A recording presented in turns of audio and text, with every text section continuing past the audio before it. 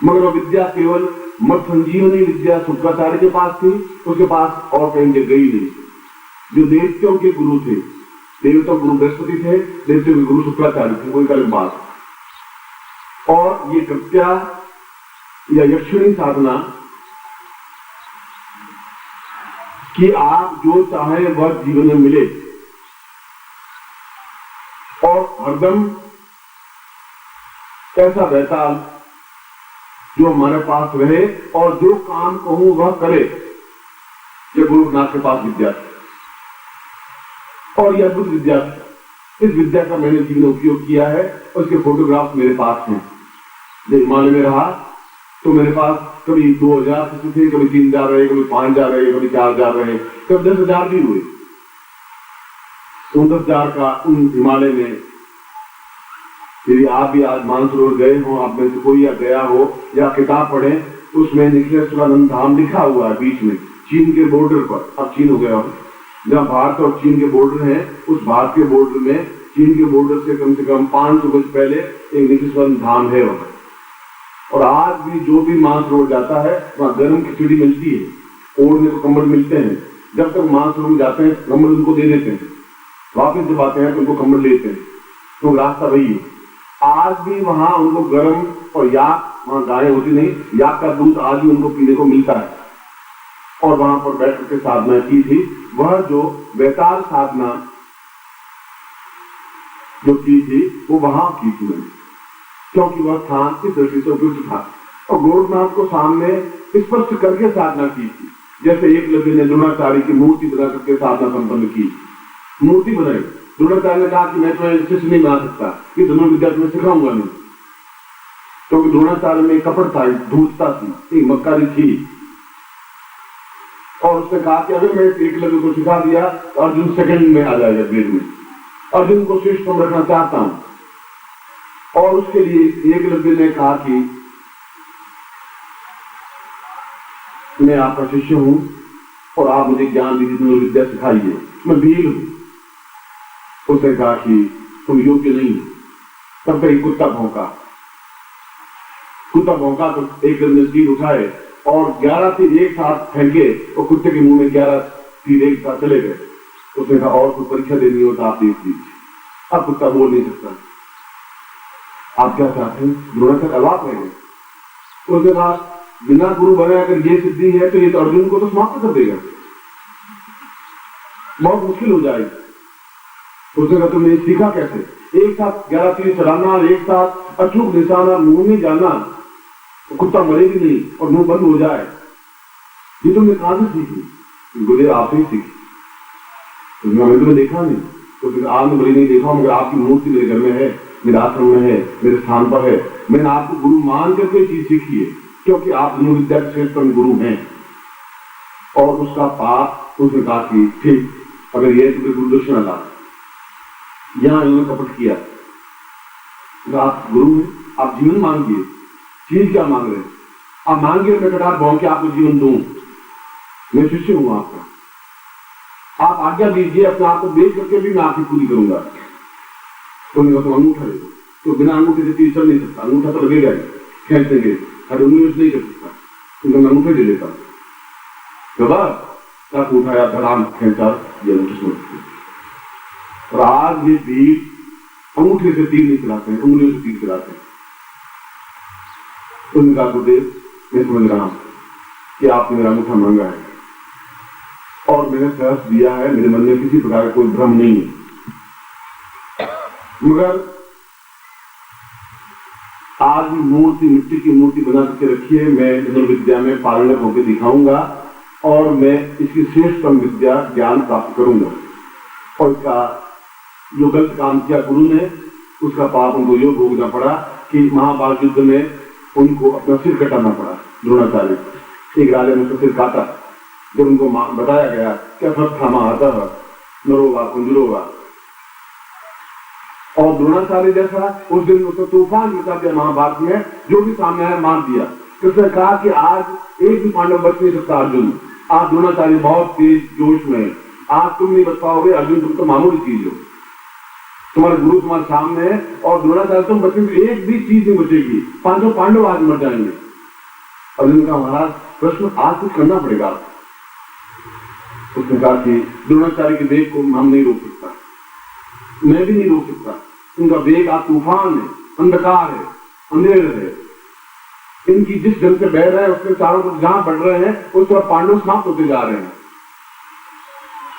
और उसमें उनका पुत्र अश्वत्थामा था और जो से अश्वत्थामा हाथी का नाम भी था।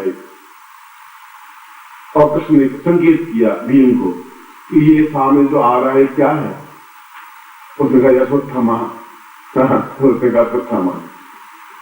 कृष्ण से एक कूटनीति खेली और उसने गदा फेंकी और अश्वत्थामा खत्म हो गया, वह हाथी। और लोग चले अश्वत्थामा मारा गया, मेरे अश्वत्थामा को मार दिया, अश्वत्थामा को मार दिया। और द्रोणाचार्य का जिस मेरा पुत्र मर जाएगा उसमें युद्ध नहीं करूंगा। द्रोणाचार्य ने सुना और उसने कहा कि अश्वत्थामा मर कैसे गए, मैंने विद्या सिखाई है। और वो उसने कहा कि साथ लेकर के चलिए और युधिष्ठिर के पास, धर्मराज के पास जाइए, वहां मुझे कंफर्म होगा। फिर वो अपने युद्ध, महाभारत तो बड़ा युद्ध हो रहा था। कृष्ण ने कहा कि धर्मराज आपको आज बोलना पड़ेगा, तुम अश्वत्थ नहीं बोल रहे हो, अश्वत्थामा को मारा है। अब मारा है, अश्वत्थामा को मारा है, आपके नाम पे अश्वत्थामा बोलना पड़ेगा। आज आप और हम कुछ बचेंगे नहीं, क्योंकि उनको वैताल सिद्धि प्राप्त है और ये वैताल के माध्यम से समाप्त कर रहे हैं। द्रोणाचार्य में ताकत नहीं है, वो हमें ज्ञान तुम्हें नहीं दिया इन्होंने, और वो वैताल समाप्त करता जा रहा है। तो उसने कहा धर्मराज क्या अश्वत्थामा समाप्त हो गया? मैं अर्जुन की बात तो नहीं मान रहा हूं, मैं और किसी की बात नहीं मानता हूं, तो मुझे बताओ कि वास्तविकता क्या है।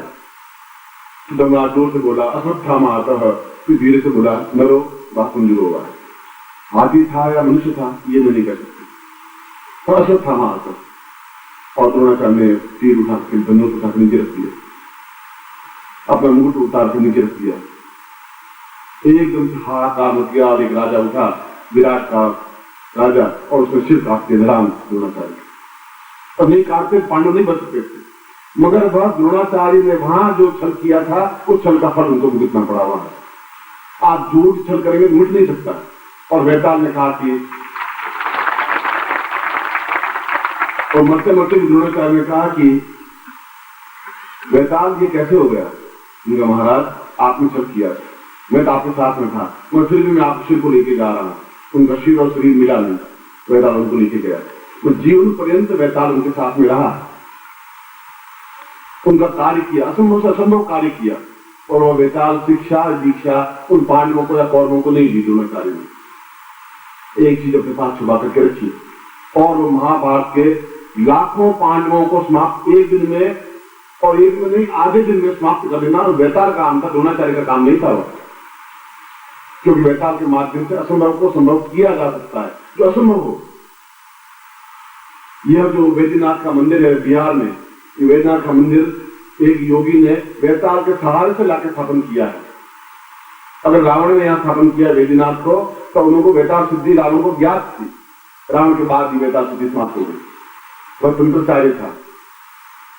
ये एक लंबी कहानी है कि कैलाश पर्वत से उठा के लाना और फिर वहां रख देना, ये मजबूरी थी रावण की। ये सिर्फ की एक चतुरता थी। और वो वैद्यनाथ कहलाया क्योंकि वहां जड़ी बूटियां बहुत ज्यादा थी। अगर बिहार में आप जाए तो वैद्यनाथ द्वादश ज्योतिर्लिंगों में से ज्योतिर्लिंग थे। वह वैताल सिद्धि के माध्यम से पूरे कैलाश पर्वत को उठा करके ले आया। किसने कहा मैं रावण के साथ नहीं चलूंगा? उसने कहा आप, मैं कैलाश पर्वत पे उठा के ले चलाऊंगा।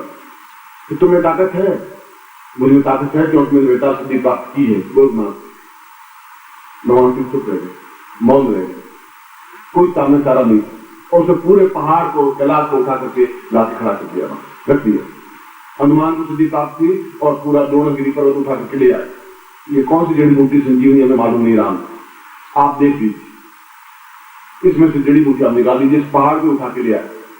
जो असंभव काम हो वह जीवन में जीतना, सफल होना और कोई सहायक होना, ये जरूरी। ये सहायक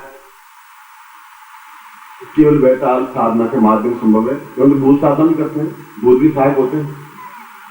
प्रेत भी सहायक होते हैं। आप भूत को अपनी वस्तु के नौकर को रखते हैं, वैसे भूत को भी नौकर रखिए। नौकर तो फिर भी धोखा दे सकता है, भूत आपको धोखा नहीं दे सकता, वो आपको बराबर सहायता करेगा। और इस गोली का असर कई भूत साधना करते हैं, भूत को सिद्ध करते हैं। जब मैं बड़ा लंबा समय हो जाएगा, जब मुझे भूत साधना करनी पड़ी सुनसान में रहते हुए, तो एक बावड़ी थी। बावड़ी कहते हैं कि सीढ़ियां थी बहुत ज्यादा, फिर अंदर पानी होता है। यहाँ पर बावड़ियां, पहले बावड़ियां खुदाते थे, तालाब होते थे, कुएं होते थे, बावड़ियां होती थी। बावड़ियां का मतलब बहुत गहरे में पानी होता था और सीढ़ियां होती थी। कुएं में पानी छूटे जाता है, उसमें उतरा जाता है। उस बावड़ी में मैं रोज सुबह 3 बजे स्नान करने चला जाता था और उसमें भूत साधना कर रहा था। भूत को सिद्ध करना यानी भूत को कंट्रोल करना, नियंत्रण करना। आप तनख्वाह देकर नौकर को नियंत्रण करते हैं, उस भूत को नियंत्रण करने का मतलब है कि वो हमारा काम करे।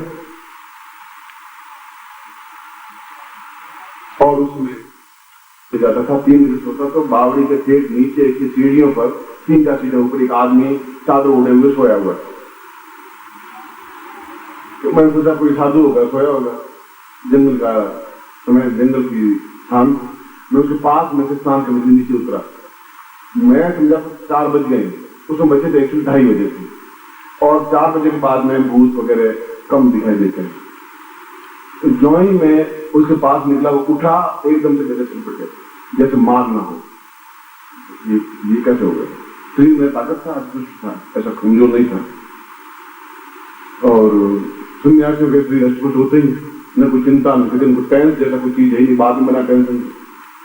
खाया पिया हुआ कैसी तुम्हारी जो गाँव अच्छी था, भीख मांग के दिया कटोला, अरे घी लाता नहीं लाता, दूध मक्खन लाओ, बस तुम्हारा बस अच्छा मक्खन खाना, छाछ वाछ, भोजन से गदास आ रहा हूँ, पहले घी पी लीजिए, ऊपर ढक्कन देने के लिए 1 आध रोटी खा लीजिए, घी बाद में निकले।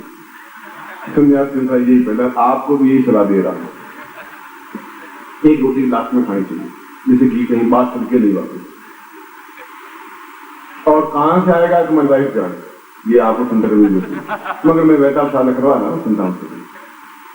तो भूत एकदम से लिपटा तो युद्ध हुआ, और वह सीढ़ियों पर, मैं भी नंगे बनी था, एक छाला लपेटा हुआ, तो 3 बार मुझे सीढ़ियों पर पटकता, 1 बार मैं भी उसको पटकता, और 3 बार पटकते सारी हड्डियां एकदम से मरा ताकत से पटकता, और सीढ़ियां आधे घंटे तक युद्ध इस प्रकार लड़ाई झगड़ा होता रहा, क्योंकि मैं उसको कंट्रोल करना चाहता, उसकी चोटी हाथ में आ जाए, और अपनी चोटी को बचाने के लिए मुझे गिरा था।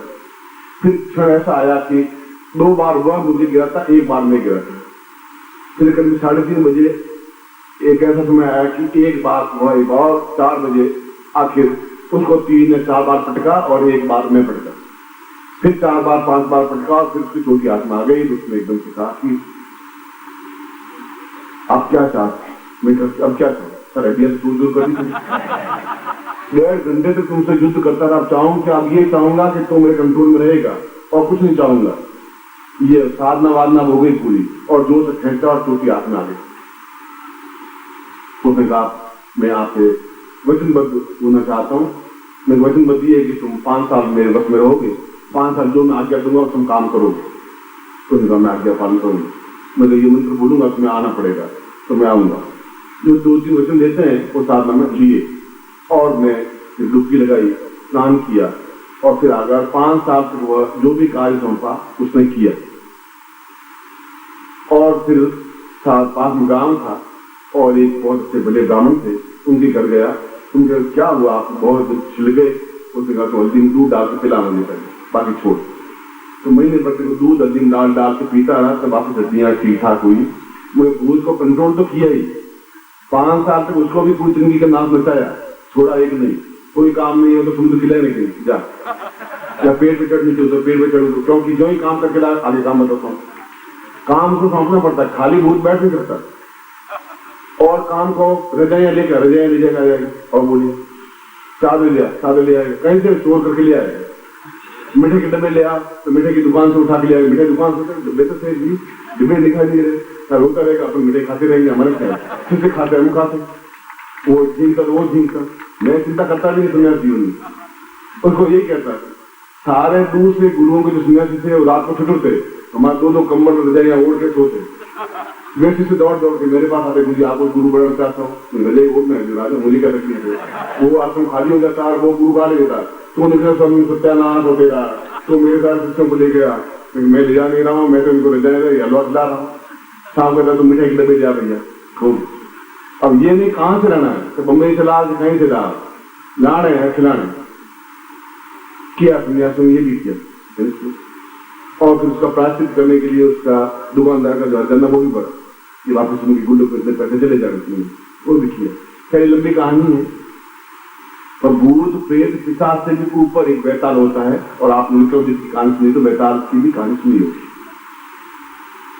और उसको गोरखनाथ से उन्होंने बैताल दीक्षा ली, बैताल साधना सिद्ध की, और उनके पास महीने भर रहा, उनके चरण दबाए। और गोरखनाथ में पहली बार विक्रमादित्य को उस बैताल साधना को दी, बैताल सिद्धि को दी, क्योंकि वह जीवन में